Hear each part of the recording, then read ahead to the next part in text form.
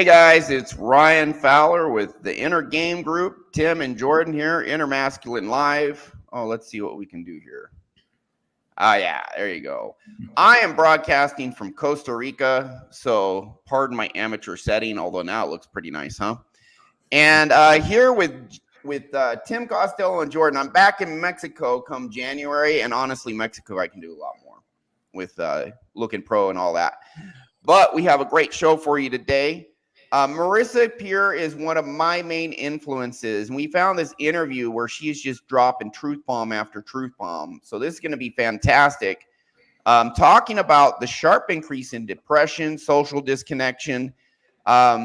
She talks about bullying, and everything she says is so spot on. And I was just I was watching her video, and I'm like, noticing how much of what she says disagrees with Jordan Peterson. He actually gets quite a bit wrong, but he's great in his own right in other ways.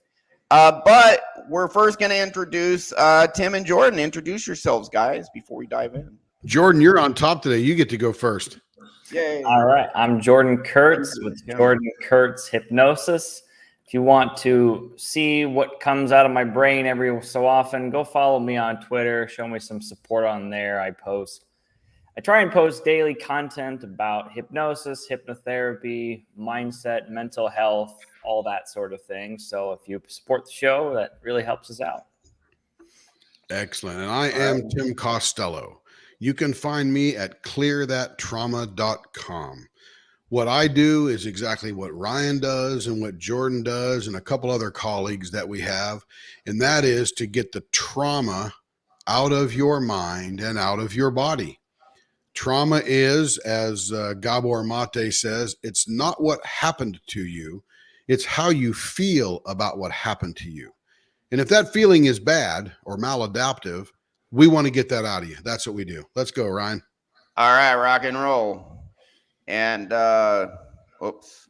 Okay, I'm going to show you guys this. We have a new community. And by the way, there is so much good stuff on this community. Mind Chrysalis. Now, I forgot to put the link in, so I'm going to try and put in while we're watching video. But you can see right here, school.com/Mind Chrysalis-7138. I'm going to put that in the comments while we're watching the videos. But there is a wealth of resources here. Look at this.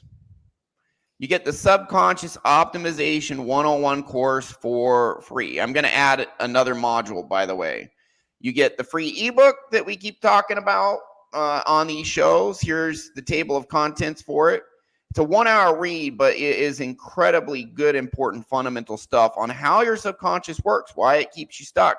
But you don't just get that for free. Look at this. You get part of my professional paid course recorded in a pro studio. See, look how pro this is. This is awesome. I'm going to train you how to do self-hypnosis. Here's a self-hypnosis training video. It's over an hour. So you get almost 2 hours of video training. You get the ebook. You get my Diet with 5 worksheet. This is going to prep you for your session. And then you get a self-hypnosis audio where you go in, and it's kind of like you find subconscious trauma in you, and you surgically remove it, metaphorically speaking. You don't actually like scalpel into your brain or anything.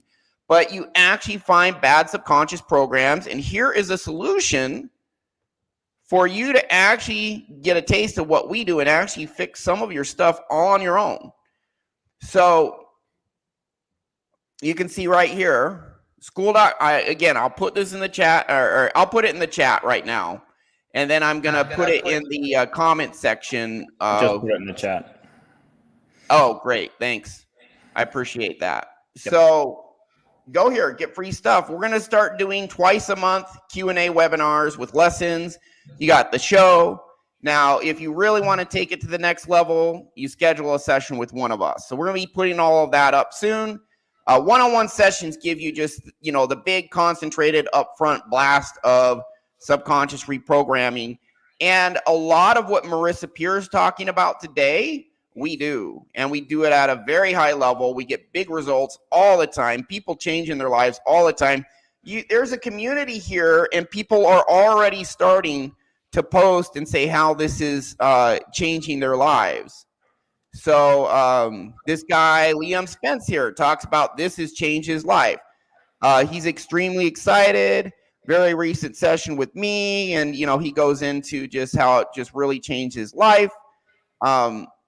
And he's not the only one. There's several people on here already talking about how this stuff is changing their lives, fixing them. So all these resources are free. You go to the link, and then we accept your invitation, and then you're in. Free membership. And you get all that. So why the heck not? What do you have to lose? What do you have to gain? You change your life. What do you have to lose? If it doesn't work out, you lost some time, didn't lose any money. And you learned something. Thomas Edison failed 1,000 times before he invented the light bulb. He said, I found one more thing that doesn't work.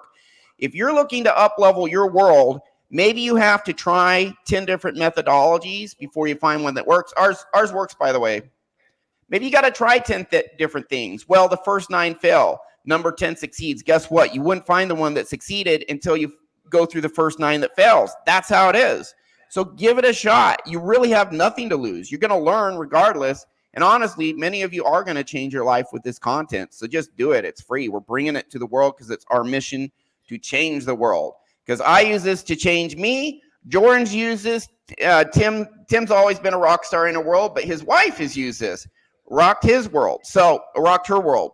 So we're going to get into this clip. And this is just truth bomb after truth bomb after truth bomb going to be dropped today. We're going to pick it apart as well and give our thoughts on it. Welcome to the show, Masculine Mindset. Welcome to the show, Spark 55. Welcome to the show, to males. And it's time to up level. So let's get into it.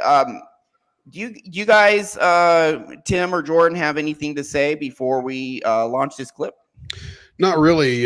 Generally, in the direction of comments, what you said, Ryan, not about the video, but you said that Jordan Peterson, gets a number of things wrong, and that is he actually true. Does. That he gets a ton wrong.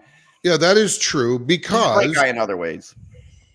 Because he is a member of the tried and true gold standard of mental therapy. Right. Yeah. So we know that the effectiveness of psychotherapy and psychology practices is very ineffective at best. And that is the gold standard. They call it effective, but then the data shows it's not that effective.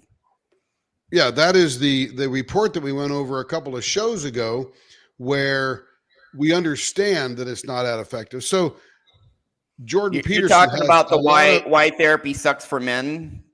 That psychiatrist? Is that what you're talking about? Yeah, we went over that report a few weeks ago. Yeah. But the effort of Jordan Peterson to change the world is well because he has a lot of things correct. Unfortunately, what he doesn't do is go to the root of the problem.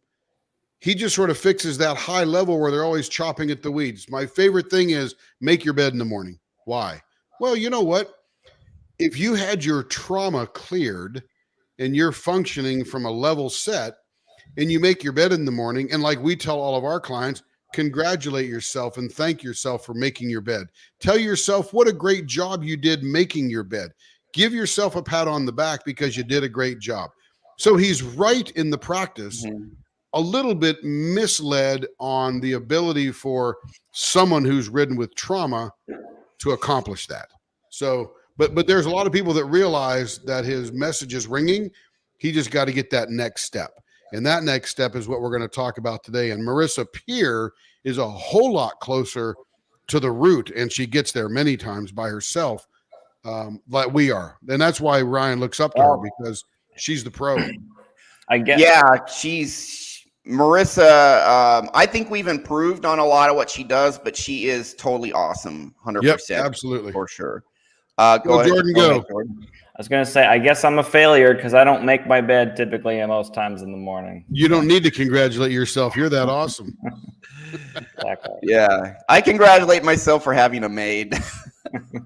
That's true. But I have noted before, 11 years ago when I started this, I started cleaning my place more because I felt better about myself. So I just, I'm going to clean this. I'm going to do dishes. I am going to make my bed. Yeah. My place is clean. It's just I usually Never occurs to me to do that. Excuses. You are enough just as you are. You don't need to be perfect to be That's amazing, right. Jordan. Exactly. All right, cool. So let's dive into this. It's good stuff. Okay.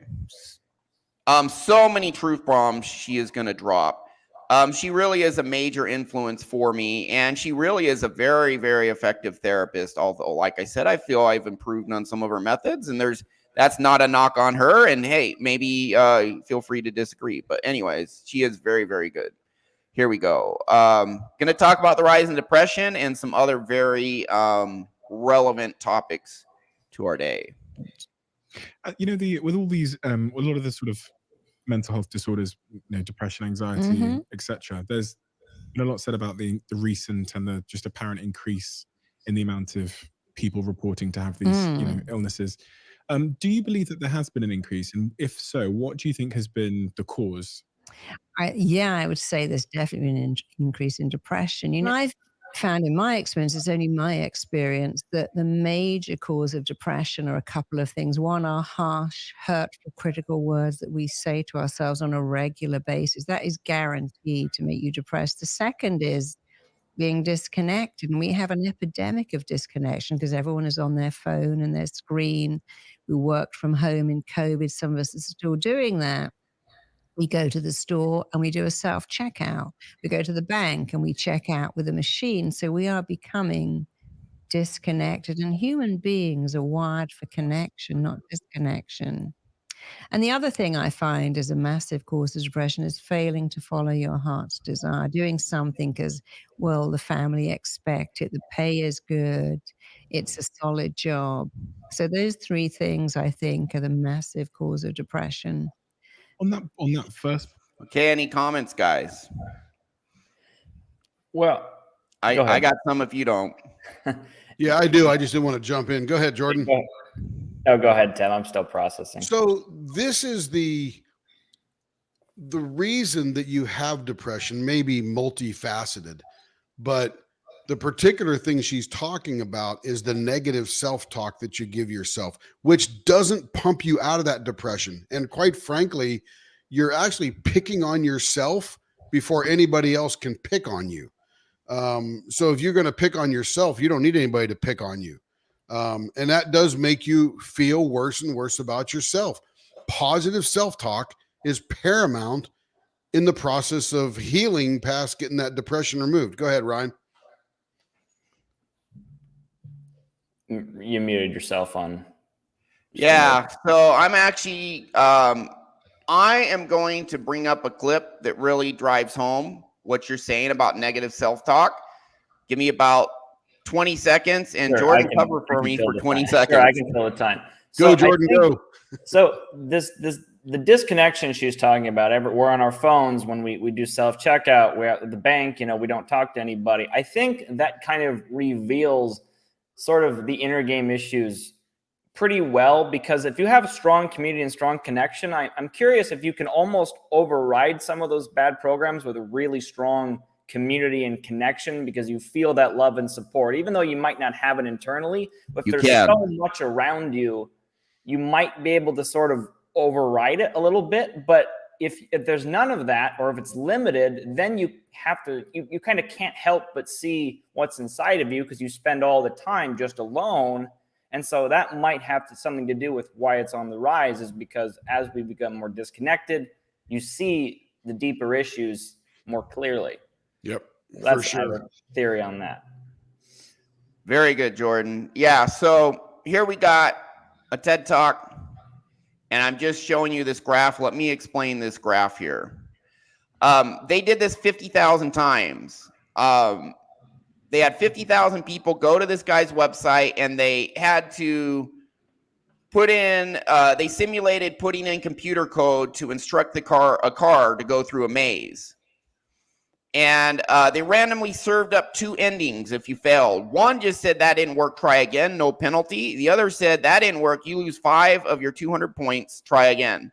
This mild criticism made people give up almost 2.5 times quicker, and the overall success rate was 16% lower. 68 down to 52. Gave up almost 2.5 times. This is very mild negative feedback. It's not, oh, you're a loser. Oh, I can't believe you screwed that up. Oh, you're stupid. Oh, you're a piece of crap. It's just negative 5 points. Which are meaningless. Which are meaningless because it's just a game. It doesn't matter at all. And it still affects your brain. So when you criticize yourself, that's what you're doing to yourself. You are not helping yourself do better. You are discouraging yourself. That's what's going on. Our brain, now there's neuroscience on this. When you receive a compliment, it releases dopamine and it increases your motivation, and dopamine increases your motivation, your desire to repeat the activity, and your ability to learn and acquire skills. That's what compliments leads to.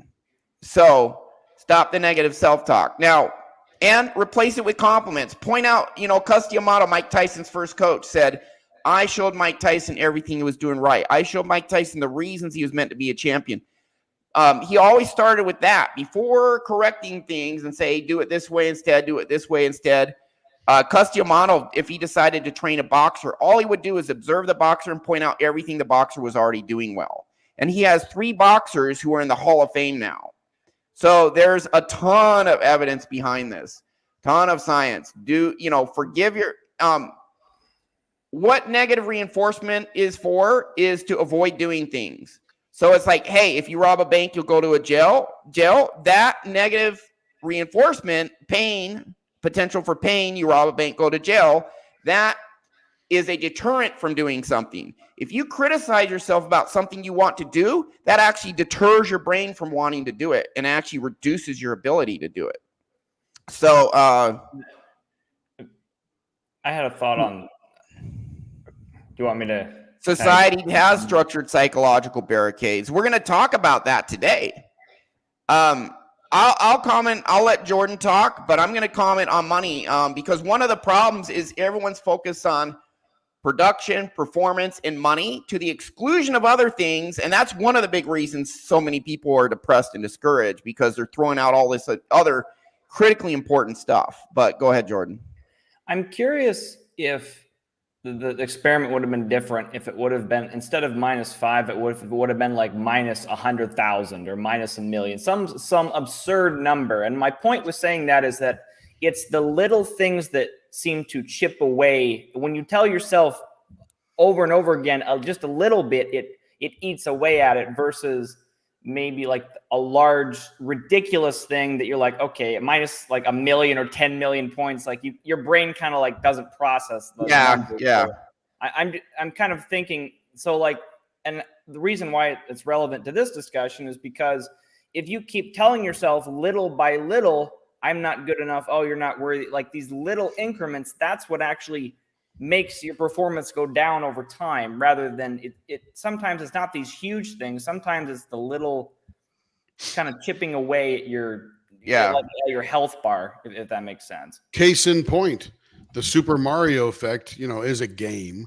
And of course, if you're designing a video game to encourage people to gain along the way and continue to play, you continue to feed them little parts of positive reinforcement, extra points, extra things. You pick up extra resources, whatever it is, right?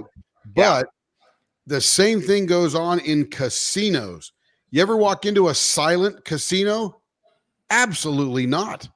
Because even when there's nobody in the casino, they've got a couple of machines dinging that bell, ding, ding, ding, ding, ding, kind of thing. And you hear that and it makes you feel good, and you're coming in there to just throw your money away.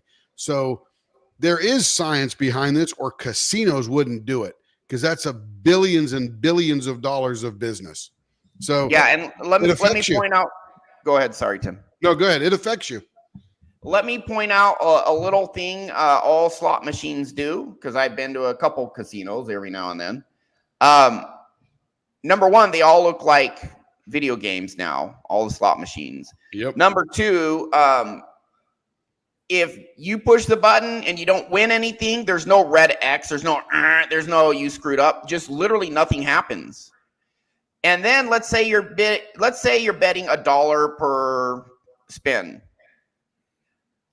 There will be times where you'll win 40 cents or 60 cents. Well, you actually lost $1 and got 40 cents back. They will celebrate that. They will a little, you got 40 cents or 40 points or whatever. Well, you lost 60. You lost $1 and got 40 back. They celebrate partial failures. Yes. And it's all tied. And then when you really win something, it's just like, oh, you got this bonus round and you got 10 bonus rounds and just music and just animations and you're doing awesome. You're doing awesome.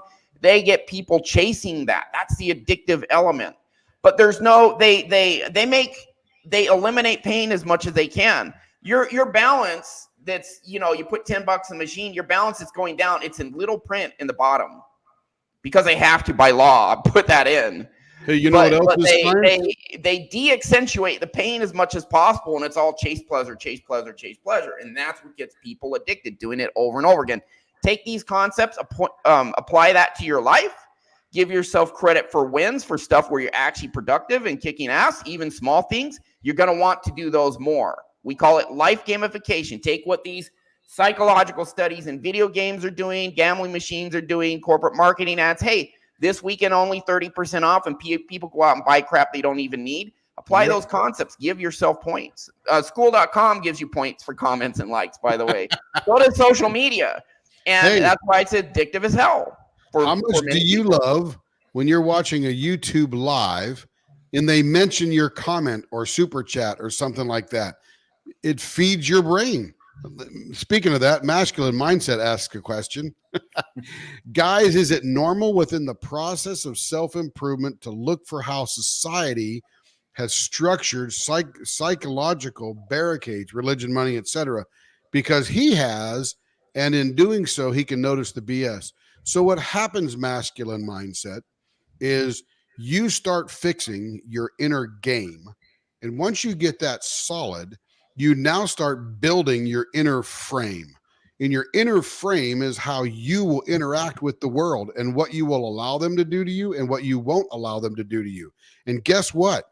A lot of it is BS because they're all out there for your money and or control. So guess what? Your frame is going to start noticing that, hey, forget it, man. I ain't playing there. Now, there's sometimes you got to pay your money, go get your driver's license, blah, blah, blah. But there's a lot of places you really start noticing the BS and what a money grab or control grab people have over you. So you're right on the money, and you noticed how studying that external BS has helped your internal thoughts. That's building your frame and confirming a good frame. Yeah. And when I started doing this 11 years ago, within a couple years, my income doubled, and I didn't even mean to. It just happened. Well, that's what happens. He was just more productive. Up level, and the world around you up levels as well. And you learn to filter out the negative crap and let the good in. Whereas a lot of people are letting themselves be controlled and negative self-talk and keeping themselves down and letting society keep them down, unfortunately, because they don't know any better. Yeah. We're here to change that. And this is why when I like to say self-esteem tends to seek its own level. So when you level up your own inner game or your self-esteem, you tend to, if you were down here with other people and you've suddenly gone up, those people are not a match for each other anymore. And you start to notice you were kind of at this low level and you see everyone else kind of at that level, but you're up here now. So it's like, it's different. It's like, it's difficult to go back down once you're already up here. And so you start to notice these other things that you didn't before because you were already down here. Am I getting too abstract? No, I think I look at it like this. Your internal world is like gravity. So if your internal world is high, it's like your external world just gets pulled up to match that over time. Yep. There's a number of things happening. One is you're less distracted by the trauma and the lack of inner game or the lack of an inner frame. And now you're procrastinating less. You have less anxiety about doing new things. All of a sudden, you're willing to take on responsibilities, call that client, ask that tough question, whatever the case may be, you're now there. And guess what? You've just leveled yourself up, and the world will level up around you. And quite frankly, sadly, you will leave some of those friends behind not because you're a negative, nasty person, Because just they don't are. fit in your frame anymore. They just Yeah. don't fit into your world. And now you're looking for other people who are a lot more successful than you to latch onto and drag you up. And they will latch onto you too, because Yep. these people at a higher level, you are now in your inner world is now a match for their inner world, and you have a resonance there. You know, it's just kind of this subconscious, I like this guy, I connect with this or girl, I connect with this person. We're on the same level. We get each other. We're on the, and so the people you're matching with now are successful, happy, non-toxic, caring. So you're attracting them and they're attracting you, and you're just a match for each other. So I got rid of some crappy friends, and my friends are the best friends now. My friends are kind, caring. They got my back. They'll help me out. I help them out. They're trustworthy, you know, and I'm talking about Tim and Jordan here, among others. And you up level your internal world, you get rid of the bad, and you end up getting the best friends over time, 100%, along with everything else. Now, doesn't mean life is always going to be, you know, rainbows and unicorns perfect. We're always going to have challenges. You know, I have challenges right now. I'm starting 2 new businesses this year, phasing out my old business. And listen, starting a new business is challenging. There's, this didn't work. Okay. I screwed that up. Okay. What can I learn? Okay. Keep moving. All right. This didn't, okay. I got a little traction here. Okay. Oh, now it's a dead end. You know, that's starting a new business. Oh, here's a new fire. Here's a new issue. Here's a problem I need to solve. That is starting a new business. And even when it's up and running, you still have challenges. So you're not going to say life becomes But perfect, but Ryan, these are good challenges. Oh yeah, these are good challenges. These aren't challenges. like deciding whether or not to get out of bed in the morning. These are chances to up level, learn, and grow. Absolutely. Yeah. And so it's all good. So we'll keep watching this Marissa Peer clip, because we really got to get through about another 10 minutes of it, because she's dropping so many. Oops. Let's roll. Yeah. How do I do it? Am I no longer sharing it? I'm probably not sharing anymore. Let's get back to this. All right. Here we go. Okay. Yeah, there we go. All right, here we go. Point about people telling themselves negative stories. We'll all know people that are very self-disparaging. Is that, and it's interesting because I don't know where that originates from, but I know so many people that are incredibly self-disparaging. Yeah. The first thing they'll say to you is, "Oh, I'm sorry, I look bad today." Or I know. I messed that up. I'm just a mess. I always fail. I'm so sorry. You know, they look in the mirror and they go, "Oh my God, look at me." Or they go, "I'm going to do this, but it won't work." Where it comes from, funny enough, is our tribal need. You know, we're still inside tribal people, and we need to connect with a group. And so bragging, "I'm better than you, I'm smarter than you, I've got more than you," is disconnecting. And so people learn to connect by not having that tall poppy syndrome. We have to be the same. You know, children at school bond by being the same. And I found many clients, you know, my parents were rich or dirt poor. I was the only kid with glasses, and I felt different, like being the head teacher's daughter. So it comes from there. So it's a strange thing that a few hundred years ago and beyond, being negative actually saved your life, looking for danger, looking for snakes, looking for lions, looking for weird people. You might do it because they believe it protects them from hurt and pain. if they reject themselves first. Yeah, if they reject themselves first. No one's ever going to like me. See, I knew it. I used to do this. It hurts less when I put myself down as opposed to other people. So let me put myself down before they do. I used to do that. Now it doesn't hurt, but it really hurts. And so our job is to show people that no happiness is there. You might as well expect the best. You know, Muhammad Ali said, "I told myself I was the greatest before I even was." And then something amazing, I became the greatest. He could have said, "I'm not much good, me. I'm useless, really. It's all a fluke." But he said, "I am the greatest," long before he was. And that was so good for him, because people think of him as undefeated, which isn't true. But that's the idea of him, because he told himself a better lie. And if we could only all do that, our lives would be so much better, mostly because the mind doesn't know or care if what you're telling it is true or good or bad. Yeah. So before you comment, I'll just throw this in. We pick the beliefs that serve us best. And this is why. This is what she's talking about. Just pick the beliefs and get them in your core, the beliefs that serve us best and help us kick the most ass, be the happiest, most confident. You got to believe something. That's what you should believe. And we specialize in getting that deep down where you really feel that deep down. So you had something, Jordan? I like everything she said, and I have a little issue with saying, tell yourself a better lie. Because I don't like framing it like it's a lie. If you really believe it, it's not a lie. So that's the only. Well, and if it serves you and helps you, is it a lie?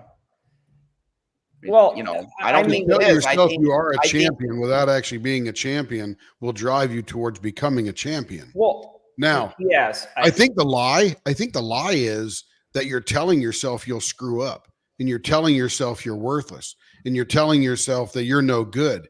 I think those are lies. However, they are based on a belief deep down in your subconscious. Sadly. Yeah. Meaning, I guess I was more like, if you believe it's a lie and you tell it to yourself, you're not going to believe it. You know, I mean, you know, like you have to actually believe that you're the greatest and not think that you're lying to yourself. She probably chose a bad word. I mean, it's a nuance, but I agree with you. I know where you're going. And I think that she just used a word that just flew out of her mouth rather than thinking about the ramifications of that. Yeah, I would agree. And she actually later on talks about how, you know, get the belief in you, I am enough, because, you know, it's a truth we can accept. And I do think that is not a lie. I think it's a true statement, but she'll get into that, you know, I am enough. And it's actually a really life. And she talks about bullies, and she talks later about how this school had a bullying problem, and they put this message everywhere, I am enough, and it stopped the bullying, because of bullies are actually, they feel insignificant, not good enough, and powerless. So they beat someone up to feel more powerful. Absolutely. It's so they just put up I am enough everywhere, and it almost completely eliminated bullying in the school. It's very, very interesting stuff. We should cover that. That's awesome. That's here today. We got to get there. Here we go. Go, baby, go. All right. So It's like, as you said, you know, thoughts are You're not sharing things. Share it, Ryan. I was like, What's that? Share it. The screen. Oh, it's not sharing? Oh, I know why. Okay. I got to go back to this. Okay. Here we go. All right. They are code going into a sat nav. Yeah, exactly. If I tell myself I'm beautiful and I'm going to be successful and I'm going to get married, then my mind and my being will take me in that direction. Maybe even subconsciously, my actions will further me in that direction. I will say yes to things that I can choose to get that outcome. And it really goes to show, doesn't it, the power of, as you say, the limiting beliefs we tell ourselves, because we all say them. I've gone through my life telling myself that I'm really unorganized. I know. Because I grew up in a really unorganized home where my parents were never there, so everything was just a mess. Yeah, and I'm not wanted, or I don't matter. You know, I was working with a kid a couple of years ago who was in the Chelsea junior team, Chelsea Football Club. And every day their coach said, you've got a 2% chance of getting into the main team playing for Chelsea, just 2%. So you've got to shape up. But you see, most kids, when they hear that, think, oh, I got a 98% chance of failing here. 2%, it's tiny. I said, listen, you just got to say, I'm in the 2%. Someone else told me that their doctor said, you have a 20% chance of surviving cancer. That's great. I'll go in. I'm in the 20%.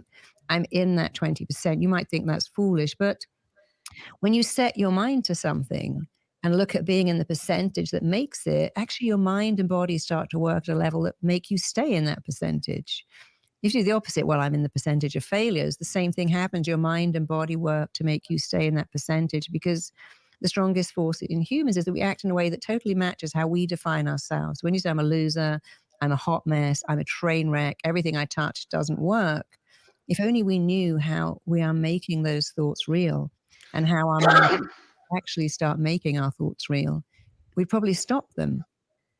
But it's not, I guess it's not so easy just to make them. Go ahead. So you're saying there's a chance. Dude, I was just thinking that. I even looked up the Jim Carrey quote.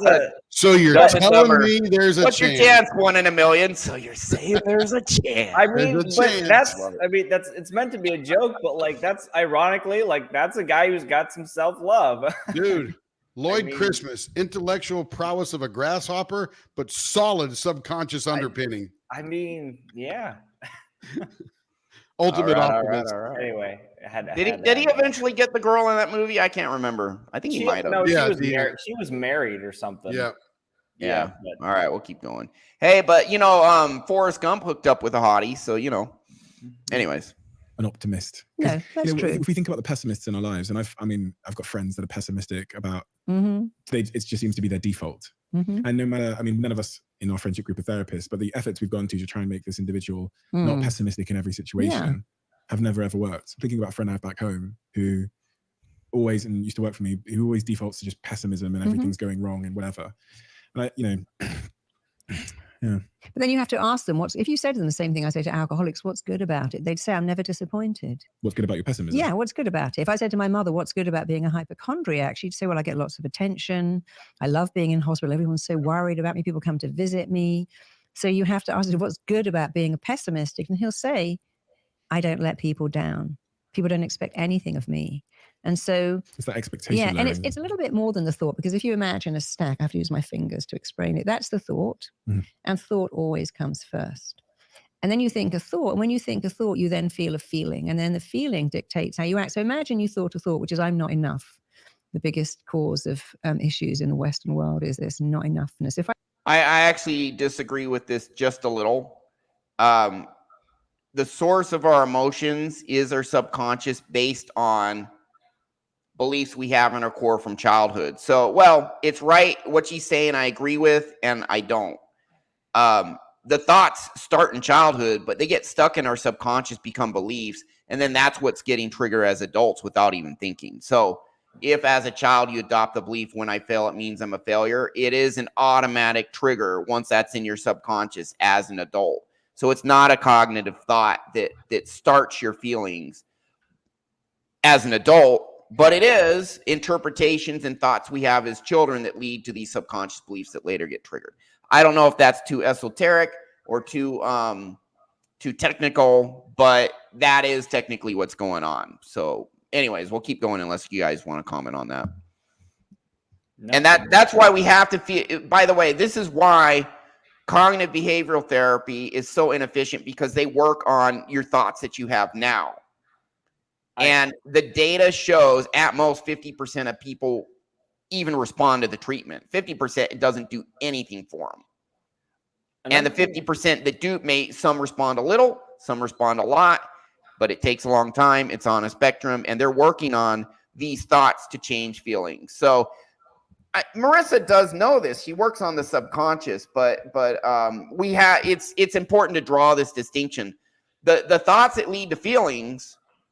Now you can have thoughts as an adult trigger feelings in you, but the feelings are there because they're tied to a subconscious belief that formed in your childhood. So just FYI for you guys, the original thoughts that lead to these feelings that later get triggered are childhood thoughts. What happens now is just triggering something in you. It's not creating a feeling, it's triggering something already there.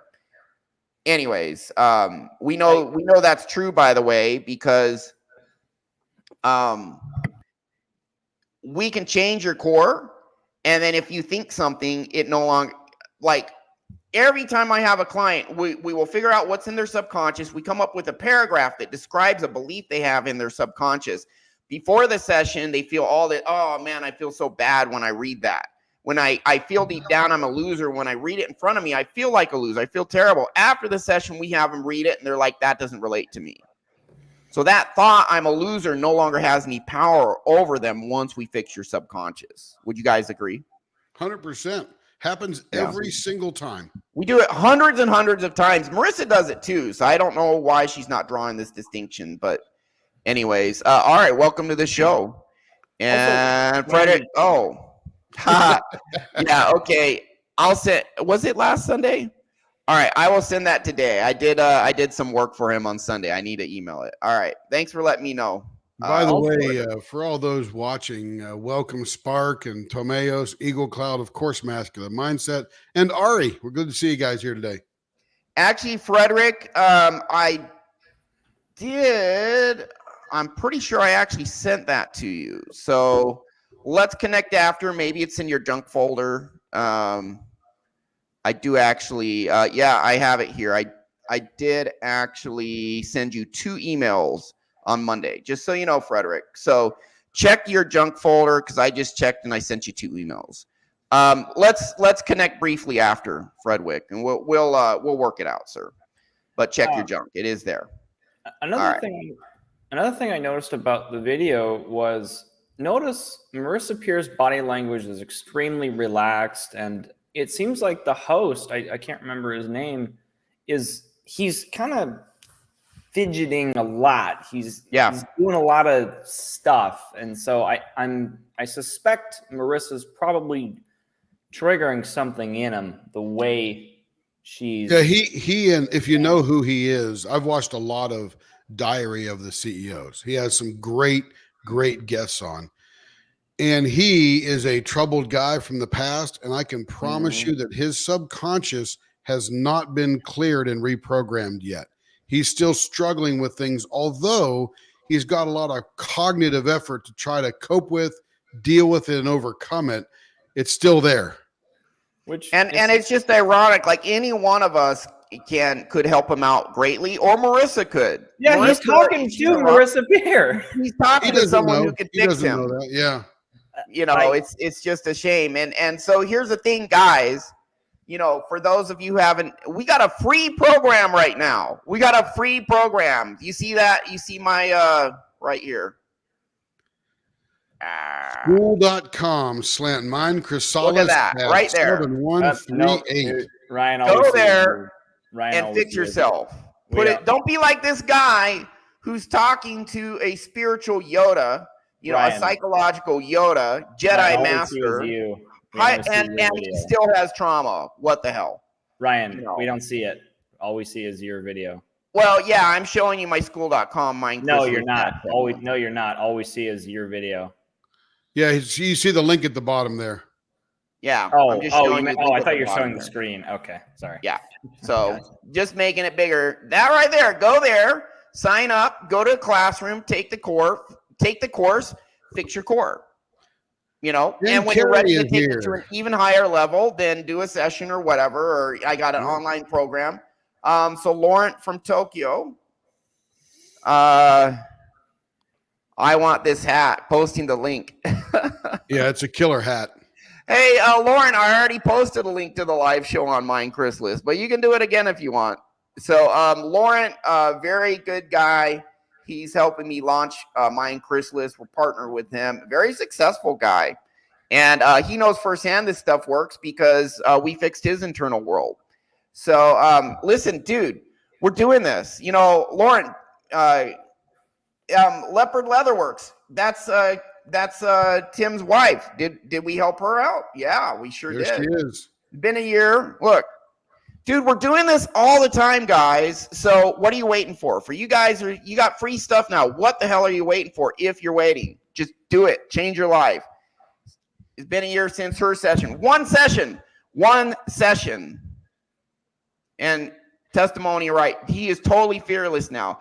I had a guy, he was a salesman, and he was terrified of approaching people, and he just posted his testimonial on school.com. Used to be terrified of closing sales, terrified of rejection, and he's a friend of mine. I did a session for him, and he does self-hypnosis. We fixed a lot of stuff with self-hypnosis too, and now he's just like, approach anyone. And I'm just like, dude, he just like total strangers on the street. He's like, hey, let me tell you about this. Hey, you know. Think about it, Ryan. The only reason you wouldn't approach somebody on the street when you had something to share, sell, whatever, is because you don't feel good enough, or you're fearful of something that you might not belong to that person when you're done speaking, etc. It's all inside. Yeah. You don't feel safe or secure. If you clear that out, there's no roadblocks. Yeah. Yeah. All right. Moving on. By the way, she scares me now. Who scares you? Carrie. Oh, because she has so much work for you to do with her business taking off. You said she like tried a dozen businesses and she'd start and couldn't go through. Yep. And now she has a business going and she has tons of work for you all the time because of all the sales that are coming in. Yeah, there is no rest for the weary. Yeah. All right. So yeah, I'm sorry I fixed your wife. Now she gives you tons of work because of her business that she's doing now. All right. And I went straight to the next ladder, the next stage. This is important. I'm not enough. This part's important. How would I feel if I thought I'm not enough? I'd feel sad, dejected, demoralized, maybe angry, maybe resentful, maybe bitter. So I've thought a thought. I got some feelings that come with thinking the thought. But then what actions come from thinking that thought and feeling those feelings? Often no actions. I don't take risks. I don't ask people out, ask for promotion. I'm actually angry and defensive. So now I've got actions and behaviors. I'm angry, I'm defensive, I'm reclusive, I'm a loser, I don't bother. And then we justify it by going back because I'm not enough. But if you switch that to I am enough and just took out the not, okay, if I thought I'm enough, if I said it, even if I didn't believe it, but said it, what would I feel? Well, I might This is toxic shame. When we talk about toxic shame, we're talking about this. feel optimistic. I might feel confident. I might feel reassured. I might feel hopeful. I might feel excited. And then what thought actions would I have? Well, I would take some risks. I'd ask people out. I'd ask for that promotion. I'd follow my dreams. I'd behave differently. And I justify it again. It's like a loop: thought, feeling, action, behavior, thought. So although it sounds very Pollyanna, oh, you're just thinking great thoughts, it's much more than that, because when you think a thought, you feel a feeling, and then you act on that thought and feeling, and you behave in a way that's linked to that thought and feeling. And a lot of things say, let's change the behavior. Stop drinking, stop smoking, stop sabotaging, stop procrastinating, stop acting out. But the behavior is the last thing to change. You have to go back and change the thought first. And then it's easy. Does the thought, or like the And that's the problem with so many life coaches, mindset coaches, or just coaches. They're trying to change the behavior without fixing your inner world.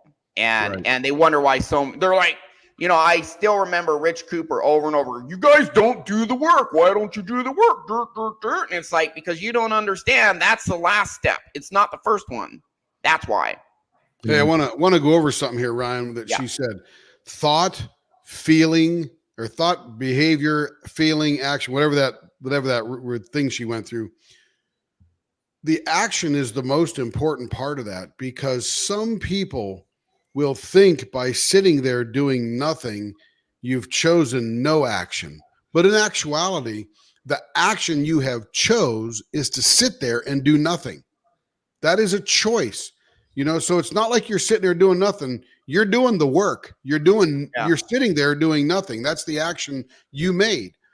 The whole idea is to change that behavior about yourself subconsciously, so that when you have a thought and then you have a feeling, that feeling is no longer blocked by that behavioral thought you've got. And now your action is, I better get up out of my chair and go do this thing.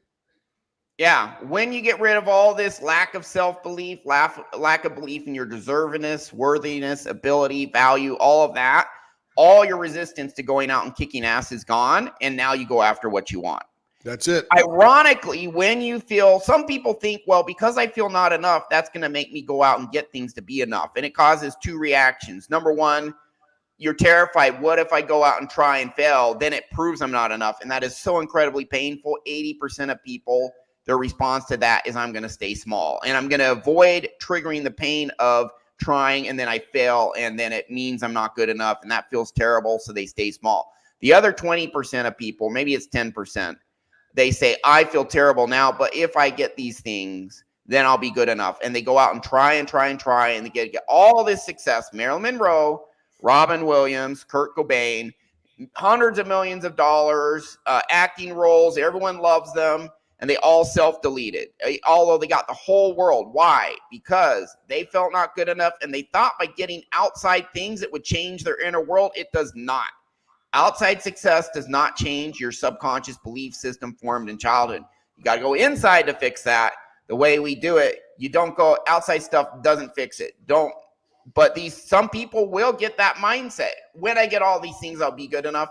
And a small percentage of people become super high achievers, super hard workers, but it doesn't work. They're miserable. What kind of life is that? You gain the whole world and you still don't have your own soul. Correct. So, all right. So back to this. Thank you, Spark55. Thank you, Masculine Mindset, for your comments. We'll keep going here. Oh. Is that it? Nope. There we go. All right. I'm still figuring this out, man. It doesn't matter. You're good enough no matter what you do. I'm still good enough, even though I screwed that up royally. Evidence or experience we've had in our life. I always think about all my beliefs, and I always think that they are all based on some, whether right or wrong, whether true or false, evidence. So, I struggled with relationships. I've talked about that a lot on this podcast, but I struggled with relationships, and that meant that I was avoidant. Even if I was attracted to someone, even if I pursued someone, the minute they asked to commit to me, I would dissuade them. I would tell them all the reasons why we should not be together. And I look back at my childhood, and really the evidence that was at the center of my belief was watching my parents screaming at each other every day, really awfully. And this belief that my dad was in prison, that I always had. And I was always trying to bail him out of prison from my mum screaming at him. So the way that I viewed it was, once I became aware of this faulty evidence I had in my life, in my childhood, honestly, from writing and doing this podcast, it finally dawned on me where I'd learned what love and was, and how identical the feeling I felt about being imprisoned was similar to the 6-year-old Steve looking at his dad being screamed at. So for me, what I thought happened was I became aware, and then the awareness of it allowed me to not, the trigger, which would be someone asking me to be in a relationship with them, no longer held enough power over me, which allowed me to get into a relationship to rewrite new evidence. Because really, you stopped. That's a guy who's partially but not completely fixed his trauma, by the way. 100%. Thinking what's bugging me, like, why doesn't Marissa, like, she knows, we've seen her do inner child. Like, why isn't the next step after this podcast go, oh, by the way, why don't we get rid of that for you? She doesn't have time. She has thousands of people who want to do a one-on-one session. She doesn't have time. Maybe, but doesn't what she should say is, let me refer you to someone. Yeah, maybe she did do that. I sure hope she did.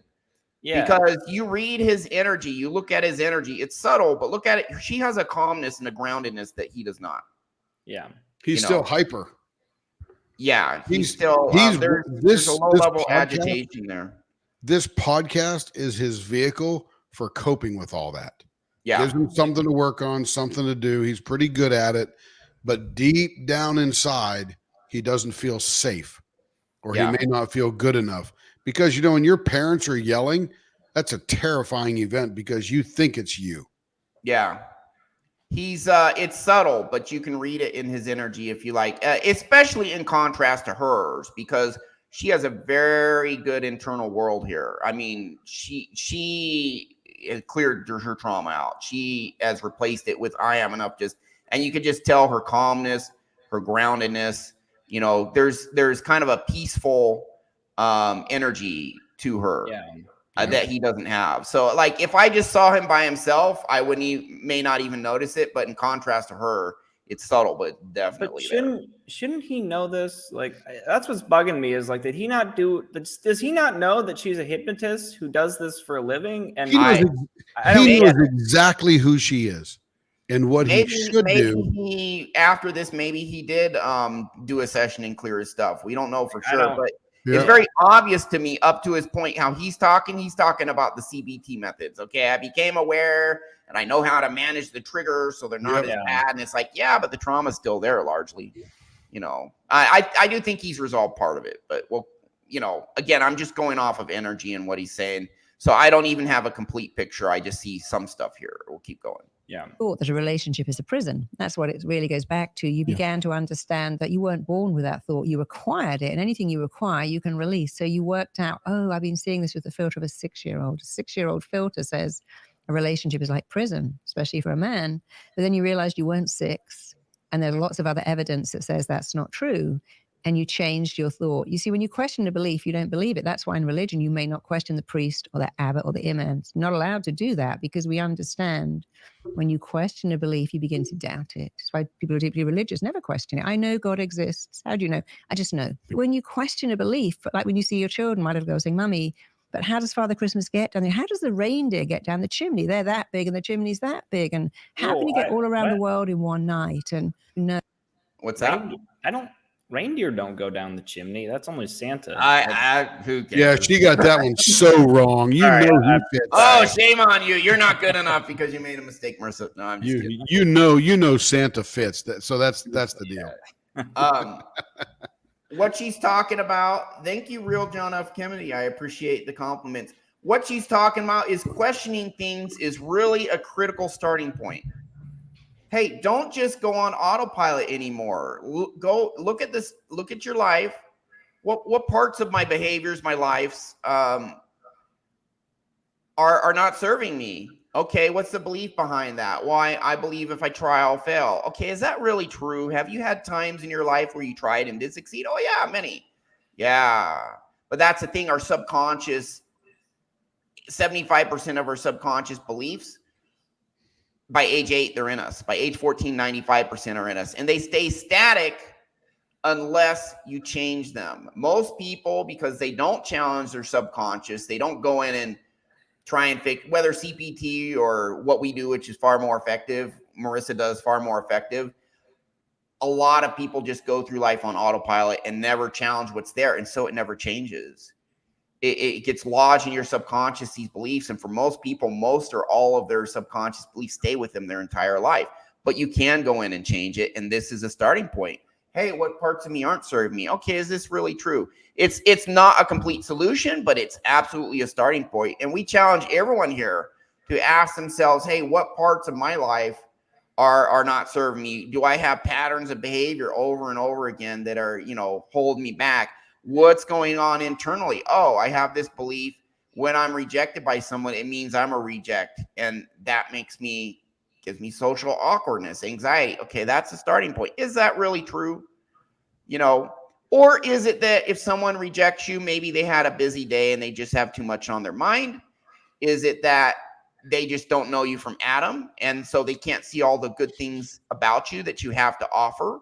Yep. Could it be that if someone rejects you, it means they just can't see your value because they have such a limited comprehension of who you are as a person, only seeing what's on the surface in a very limited time frame? Is that more accurate? So starting to challenge like this, it's not the complete solution at all, but it is a critical starting point. We challenge everyone to start with this, examining their life and challenging these beliefs that don't serve them. Oh, they begin. Sorry, anything from you guys? No, you're on the money. You got it. To doubt, which is a great thing. So if you question a belief, you introduce doubt. And that's what a great therapist does. It says, really? Or are you always a failure? Were you really meant to be an accountant to please your dad? Is that why you're here on the planet? Do you really think that everything you touch fails? Do you really believe there's no one in the world that can love you? So when you start getting people to question beliefs, you open up a little glimmer of, oh, right, yeah, that doesn't have to be true. And it doesn't have to be true for me. And that's why it's important, which you did so eloquently. You looked at the belief of a 6-year-old and thought, but that's not me. One of the things I talk about in the book a lot is having clients say, that's not me because... And they have to justify why that isn't them. Oh, that kid that wore secondhand clothes and mum was never there. That isn't me. I've got a wardrobe full of clothes. I don't have to do that anymore. But, we play the only part we've ever known. And then we make that part our own. And we don't even know that there's many other parts we could take on if we wanted to. Even those beliefs, that imprisonment belief that I had, that relationships were prison, I felt the power of that belief deteriorate over time. Good. But I still believe that it's there somewhere. Mm-hmm. See, that's what we're talking about. Right, it's still in him. He's just managed it, and he's partially released it. So listen to what he said. There's sort of a Freudian slip there. He said, I still feel that it's there. He knows it's there. He just doesn't want to recognize it. And let's talk about that. You can get rid of it completely. Let's talk about that inner child. That inner child is seeking love. Now, the inner child is what's inside us now, but the child, when we were growing up, is looking for love and acceptance and acknowledgement and safety. And if it doesn't get those, that inner child starts developing these core beliefs about who that inner child is. Even though that inner child is still innocent and wonderful, they start developing beliefs around them to help them become safe. Because what does your subconscious do? It protects your emotional security and safety. It will cause you to do things that keep you safe, or what it perceives as keeping you safe. And safe, like he said there, and physically, yeah. Could you imagine having that prison routine running in your head as a kid? That talk about a lack of safety or security. Man, I feel for this guy already. But he's had trauma. His dad went to jail, other stuff going on. Yeah. Right. And that's why we go back to the inner child, because we want to go meet in hypnosis that child that is sweet and innocent, loving, and looking for guidance. And then we provide that guidance. Yeah. And let me point something out. There are two parts of our brain that affect the decisions we make in behavior, conscious and subconscious, but physically, and again, this is not a perfect match. So I'm not saying this applies like completely neatly, but I'm speaking in kind of generalizations, very broad strokes. Our cognitive mind is largely our prefrontal cortex. It's the executive function, consciousness, analytical, cognitive decision making. CBT works on that largely. What hypnosis does is it gets you focused on your subconscious, which is largely your limbic system. This is where your fight or flight is. This is the source of your emotions. These are the deep down subconscious beliefs. And you have to quiet down the prefrontal cortex and shift your awareness to your limbic and your nervous system, as there are processing centers. Like there's a little brain on your heart. There's a second brain in your gut. Our immune system is called the floating brain. It's actually processing data neurologically. There's 40,000 neurons just on our heart. Yep. Neuron processing. And our heart neurons affect the mood of our brain. Our gut affects the mood of our brain, and our brain affects our gut. It's all connected. They're communicating with each other. So that's why we do a session where like, where do you feel this in your body? Because there's actually processing in your body, processing emotions. So I show people how to optimize their dopamine release, neurobiological.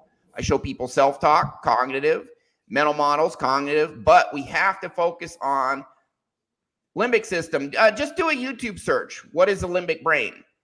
And that is, again, there's some subconscious in our prefrontal cortex. We feel our emotions, our intuition, instinct consciously. That's our connection to our subconscious, intuition, emotion, instinct. But we largely focus on the limbic system, which CBT does very inefficiently, very ineffectively. And that's why our methods are so powerful, because we address and work directly on the entire system, not just this reductive, cognitive thought processes as they relate to emotions. We work directly on the limbic brain, directly on the subconscious. And that's where you just get big, massive results. That's why it's obvious this guy has done CBT, because he talks about, I have this awareness of what's going on with me. He has this cognitive awareness, but he still has issues he's struggling with, because there's other parts of his brain that his whatever therapy is taken does not directly work on and doesn't fix it. And so he's in this situation. He's like, I'm better, but you know what? I'm still kind of messed up. Ryan just lightly you lightly dove into about 100 pages of reading at a minimum, at least. Yeah. But what's really happening, and to bring that back to the 50,000 foot view, is we are, through hypnosis, relaxing your cognitive conscious self. We're putting that to the side so that we can talk to your subconscious. And what's amazing is your subconscious will unabashedly talk back to us. Yeah. And now we're talking to where the root of the issue is. So when we get to the root of that issue and we determine that, actually before hypnosis, but we get in there and now we can trigger that subconscious with the thing that you triggered with before, and then start working on that. And it doesn't take very long to clear that out, reprogram that subconscious. And then when we come back out of hypnosis, because remember, you're awake the whole time, but when we come out of hypnosis, your subconscious has now been repaired. And every single person I've ever asked after a session, I said, how do you feel? The first 20 or 30 words out of the mouth, the words, I feel very light, is in there somewhere. Or tired, light. They may feel exhausted. They may feel wonderful. They may feel bright. But the words, I feel lighter, come in there. Why? Because we literally have just taken backpacks full of rocks and emptied those rocks out. And now their backpack is a lot lighter. Yeah. All right. Very good. Do you want to respond to Masculine Mindset's comment about that? I'm not sure, but I'm not anywhere near the success valuable people attain, value people deem acceptable. It's not cognitive. It's a success you think they deem acceptable, and you think but that actually affects whether you're good enough or not. It's not cognitive work that's needed. It's subconscious work. So I'm not sure. It's both, really, but the most important is the subconscious by far. Right. So realize, again, masculine mindset, that as you clear the trauma and you make your inner game solid, your frame is going to stiffen up, and you'll eventually recognize that you really don't care what anybody else thinks is successful. You're now going to go do the thing that you always wanted to do. I don't Whether care or not if that, they like it. Yeah, I don't. Yeah, or something like it. I don't What you care want. if it's fixing cars or becoming a doctor or going to law school or becoming a fireman or just getting really fit and healthy. Whatever it is that you truly desire deep down in your authentic self, that's what starts coming out. And you go for it. Yep, So you definitely go for it. I will tell you the actual belief system that I put in people who struggle in this way, worrying about what others think of them, whether they're good enough or not. Here's what I put deep down in your core. I have you in hypnosis. I have you imagine a jewel or other priceless treasure in your chest. I have you visualize it. What is it? What color is it? What's it look like? And then I have you say, this is the real authentic me, this jewel or treasure. Some people imagine like a gold cross or a diamond or whatever. This is a real authentic me. It doesn't need to do or say anything to be good enough. It just is. It has massive value just for what diamond doesn't need to do anything. It just is massively valuable. So this is a real me. I know the real me has massive value, this jewel or whatever. I show it proudly and authentically to others. And if others don't see its value, it doesn't mean it doesn't have value. It means they can't see it. That's their blindness. That's their problem. But I know as I show my treasure, the real me, proudly and authentically to the world, many people do, not all, but many people do see its value. And when I'm authentic and confident, it reminds them that they have their own treasure in them, that they can be authentic and confident too. That reminder that they have their own treasure in them when they see my treasure, when they see me being authentic, embracing who I am, that they can embrace who they are too. That's just one of many things that gives the real me such great value. Yeah, let me God throw embrace on. Go ahead, you put that in Jordan. the core, it changes everything. Now, if someone doesn't approve, it's not, oh, they don't approve, I'm not good enough. It's like, oh, they don't approve. They can't see my real value. Man, that kind of sucks how blind the way they are. and masculine mindset, the way you frame that question, I caught myself in a peaceful state and then thought I shouldn't be that way. See, that's the issue there. It's kind of the other way around. When you are in that peaceful state of I am good enough, it's then you find the success. It's not the other way around. It's not, because what you're framing that question like, I only deserve to be in a peaceful state if I have achieved the success I want. But it's the other way around. It's you find yourself in the peaceful state. And that empowers you to go out and get success and get what you want. Because you'll never fill the internal with the external. Yeah. So let me badly rephrase that or badly surmise this. We in the world now, because as Ryan has said on a number of times, that toxic shame is the epidemic that nobody is talking about. Marissa says that too. I'm not enough is toxic shame. Right. What that means is that literally everything that we are sold generally has with it a tag that hangs off it that says, hey, when people see you with this, they will know your real value. So we now, with either dirty fuel or insecure fuel, or if we don't achieve it, we feel awful, we will attempt to achieve those. And I can't tell you how many people I have been with, and they have purchased things or thinking about purchase things or looking at things that other people, wow, when we get that house, man, people will be really impressed. Who gives a flip? Unless those people are making that house payment for me, I could care less what they think. I could care less what I drive. I could care less what they think about what I wear, unless they're giving me money. And by the way, we all have a boss that we get money from, right? That's the only person I truly care about what they think. My performance, my bonuses coming, my raises coming, all that kind of stuff, because that's what I want. But that's the only person. Literally nobody else. So I'm always going to do the right thing. let the chips fall where they may.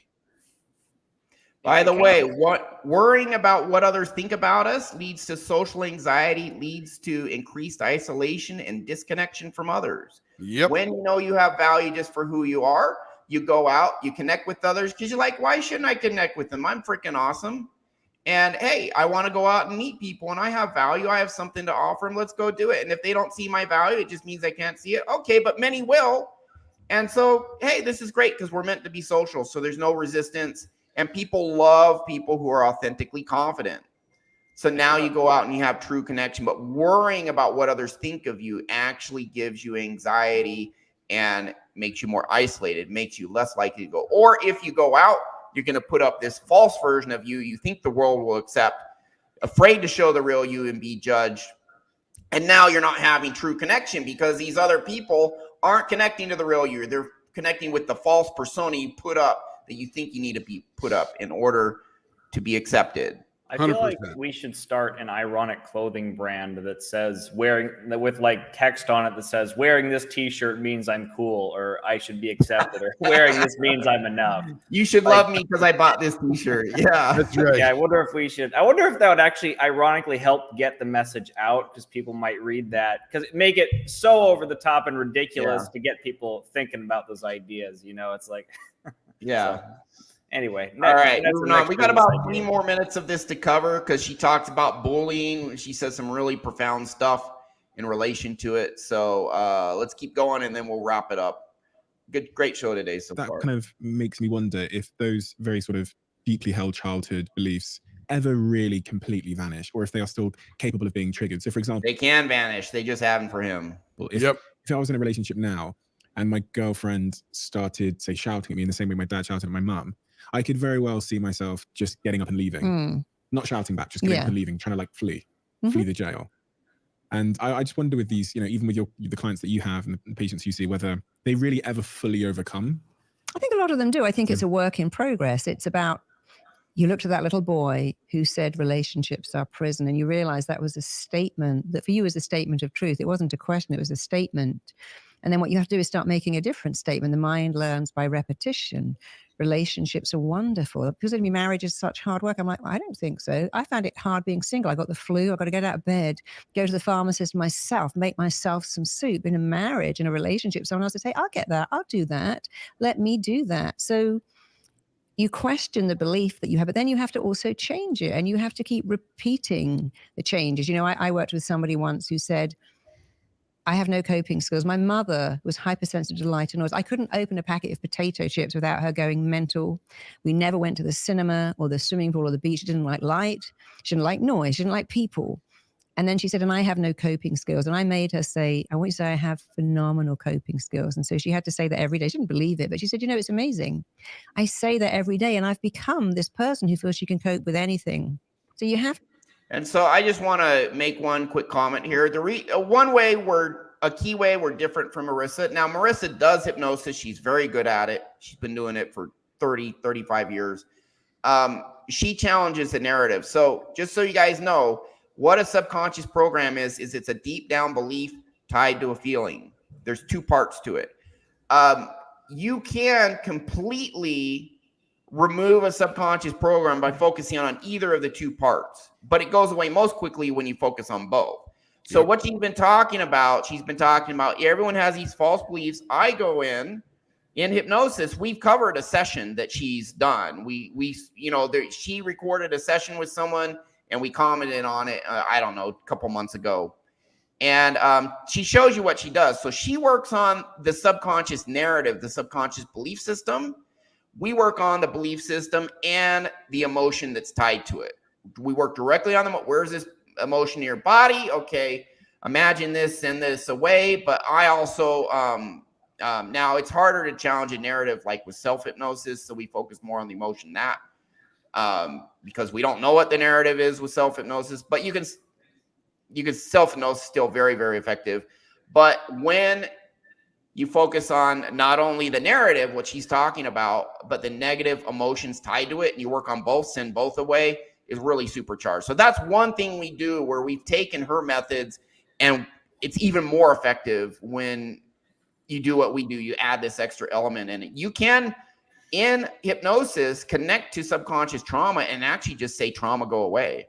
It'll go away. But focus on the belief system too, and then it's just amazingly effective. Absolutely. That's one thing we do differently, or we do it in addition to her techniques. We have our own that makes it even more effective than what she's doing, which is very effective.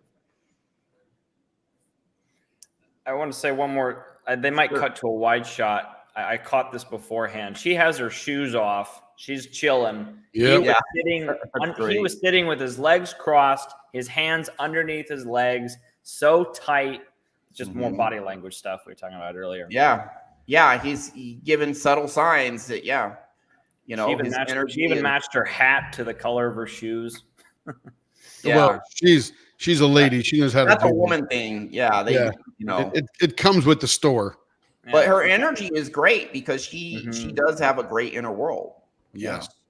Keep going. To look at your question, your statement, and just change it. I don't matter. I matter. I'm insignificant. I'm significant. I'm not lovable. I am lovable. I'm not enough. I've always been enough. And if every person in the world could wake up and just say, I matter, I'm significant, I'm enough, and I'm lovable, that would change. I know that to be true because I've got many anti-bullying programs in schools. And this is the greatest thing about Marissa is she does understand the core stuff she just said.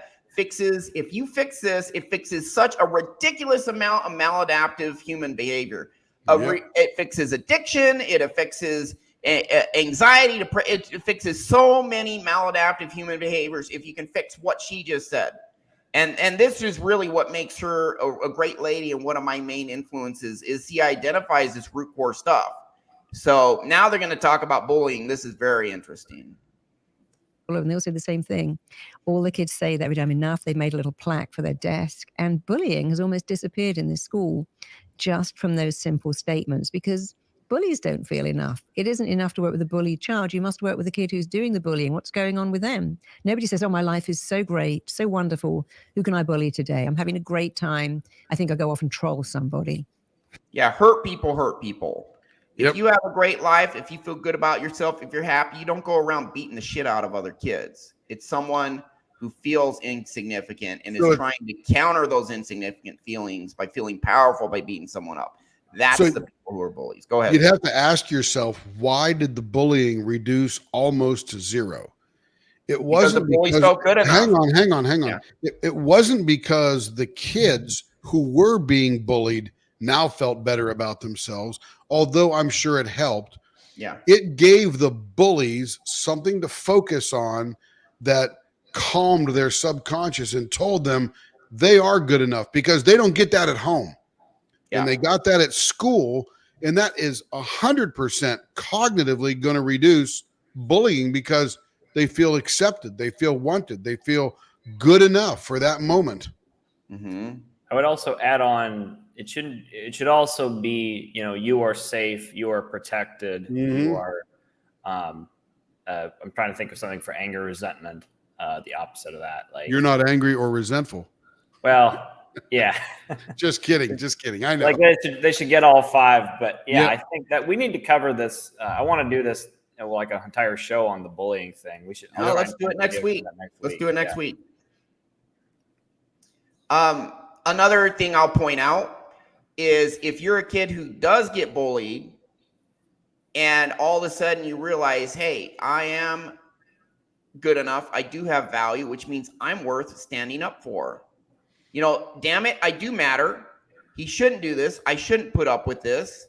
Hey, do what you got to do. Find 5 other kids who are getting bullied and then corner that bully and beat the shit out of him so he won't bug you anymore. I'm all for that. Listen, if someone's using violence against me and he's bigger and stronger, gang up with my buddies, beat the shit out of that guy, teach him a lesson. Now, you could say, oh, that's damaging this other guy. Well, guess what?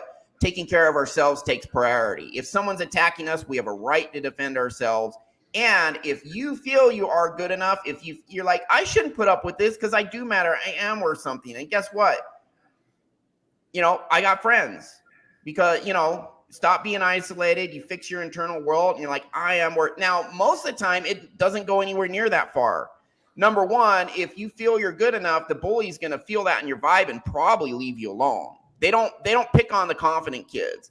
They pick on the weak, sickly kids because deep down the bullies want an easy target because they're cowards, you know? So just standing up, just feeling you have value is going to make you not tolerate disrespect. It's going to make you draw a line in the sand.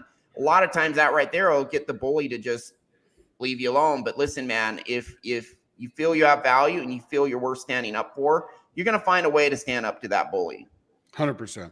I also don't imagine what Ryan's talking about is that in the middle of class, all these kids are going to gang up on the bully. He's talking about it'll be when you're isolated out in the world and this person attacks you, you have to defend yourself. Yeah, that's exactly. I'm not saying have a vendetta, get revenge. I'm saying show that bully you can't be screwed with. Right. And if he's beating you up, and you corner on his way home from school, you get your friends together and beat the shit out of that guy so he knows not to be violent with you anymore, totally justified. It is self-defense. And if you are worth something, you're going to find a way to do that if you feel that deep down. But a lot of these kids say, well, I really am a loser. I really am not worth standing. I don't have value, so why should I stand up for myself? That's what's going on with them. And that's who the bully's going to target. Because on a subconscious level, these bullies know that kid's not going to fight back. You know, so let's see. We got something here. We'll play a little bit more and then we'll wrap up. Learn martial arts. Hey, great. And see, that's a thing. You know, you're like, I am worth it. You're going to find a way. I'm worth standing. You know what? I'm going to go to karate classes. I'm going to get big and strong, you know, and then the bully stops messing with you. So that's what happens when you value yourself. You're going to do stuff like that, take martial arts. So excellent comment, Spark 55. And by the way, we're here for the bully as well. We want that bully to be repaired.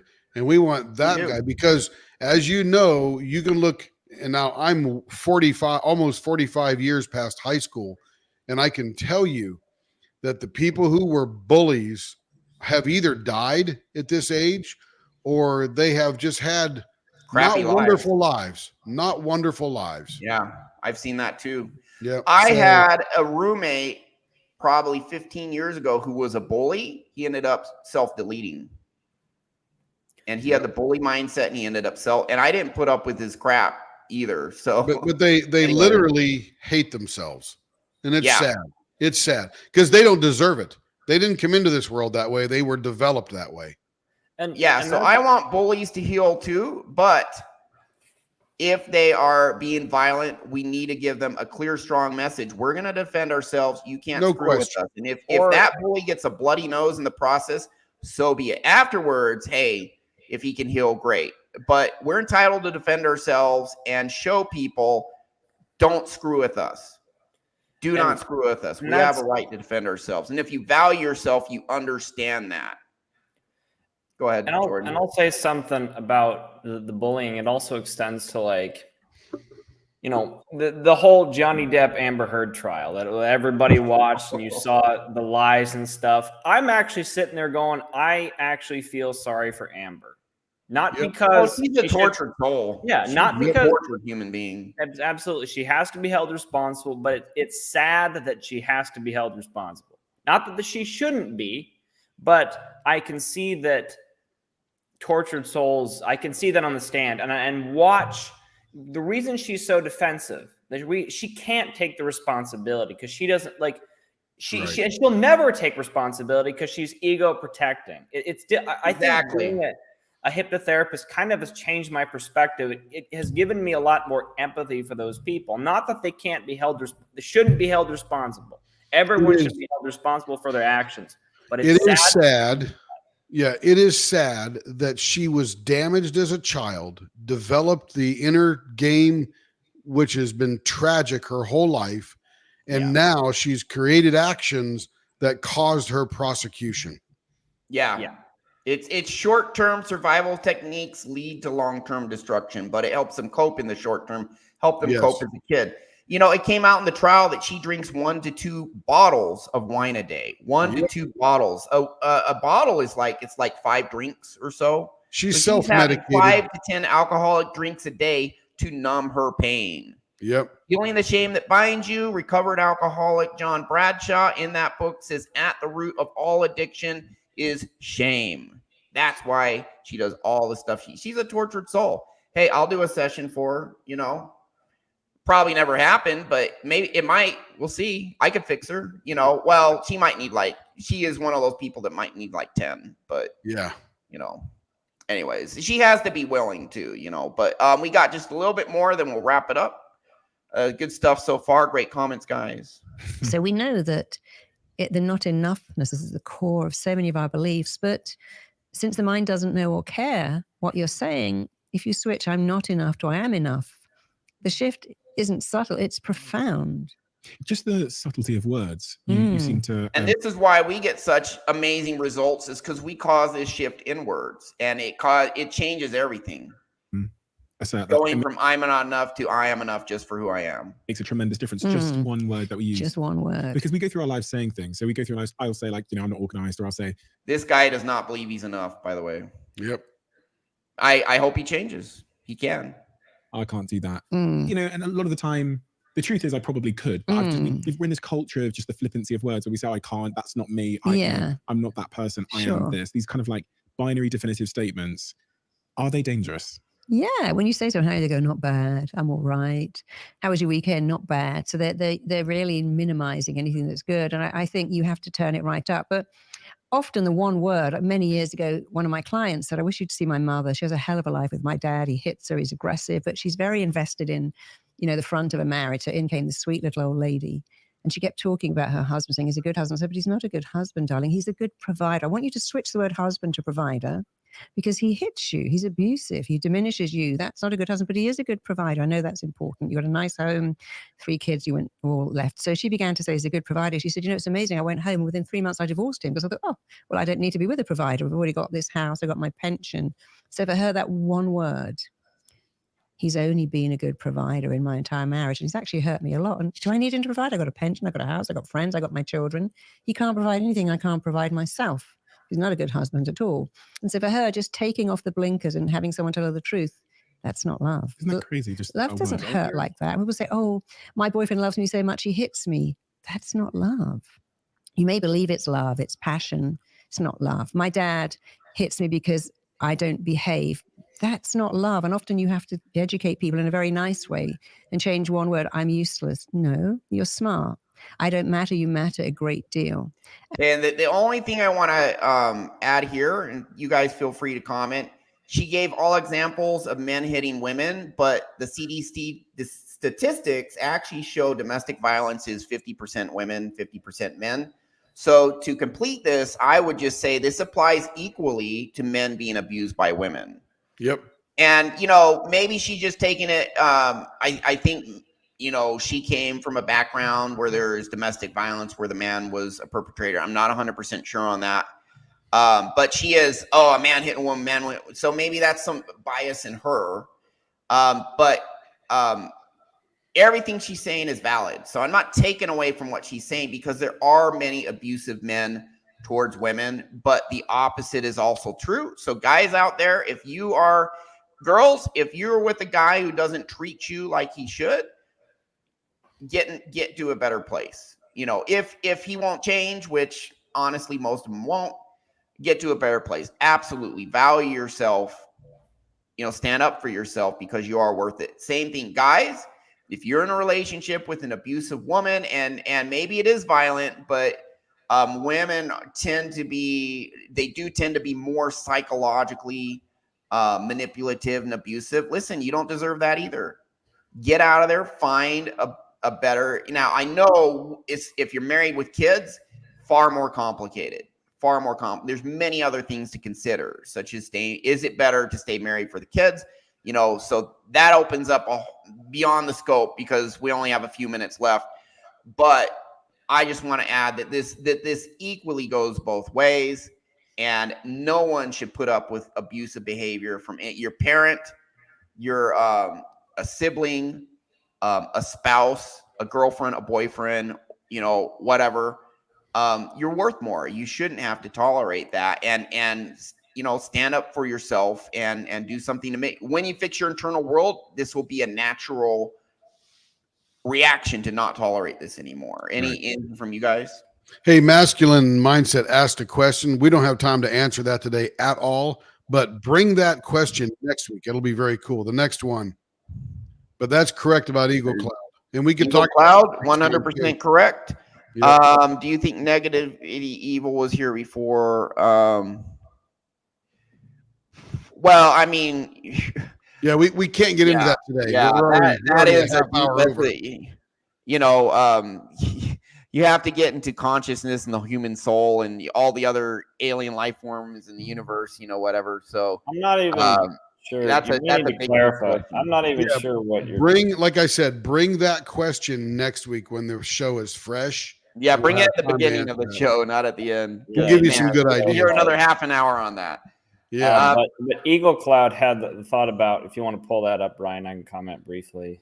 And again, we don't have time to comment on that, but yes. Drinking yourself. Exactly. I mean, it's physical pain or emotional pain. That's exactly what it is. So, Yep. Same thing.